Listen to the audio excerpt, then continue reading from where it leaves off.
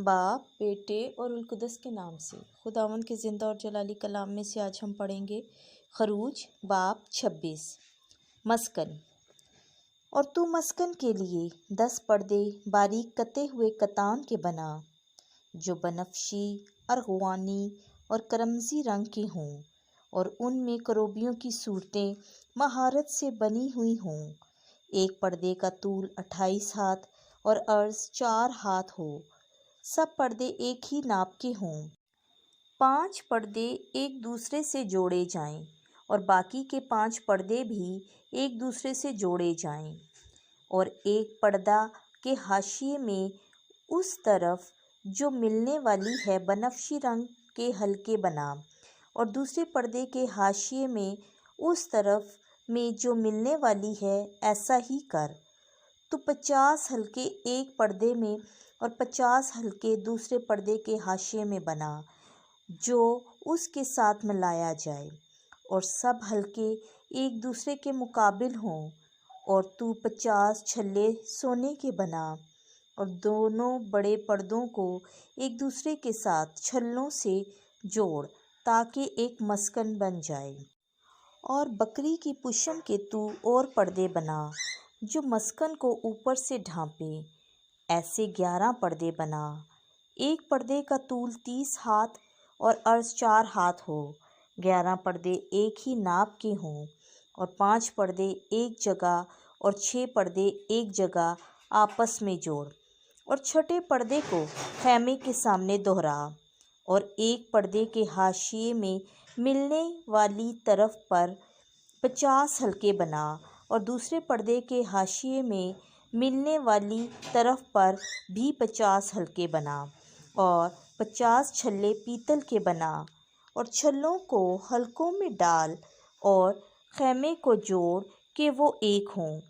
اور خیموں کے پردوں کا ایک پردہ جو بچ رہا ہے اس کا نصف مسکن کی پچھلی طرف لٹکا رہے، اور 1 ہاتھ ادھر سے اور 1 ہاتھ ادھر سے جو پردوں کی لمبائی سے بچ رہا ہے مسکن کے دونوں طرف ادھر اور ادھر لٹکا رہے، تاکہ وہ اسے ڈھانپ لیں۔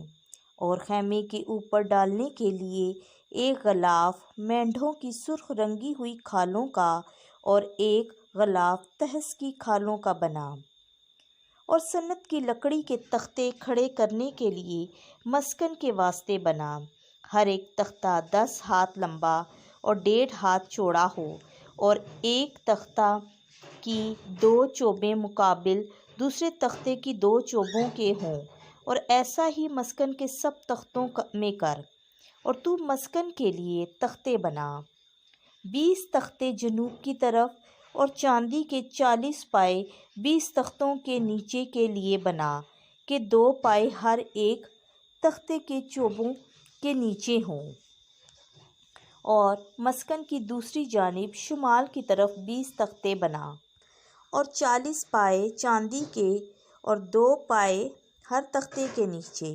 اور مسکن کی پچھلی طرف مغرب کی جانب 6 تختے بنا، اور 2 تختے مسکن کی پچھلی طرف اس کے کانوں کے لیے بنا، اور دونوں نیچے سے اوپر کو پہلے حلقے تک برابر جڑے ہوئے ہوں، ایسا ہی دونوں کونوں کے لیے ہو۔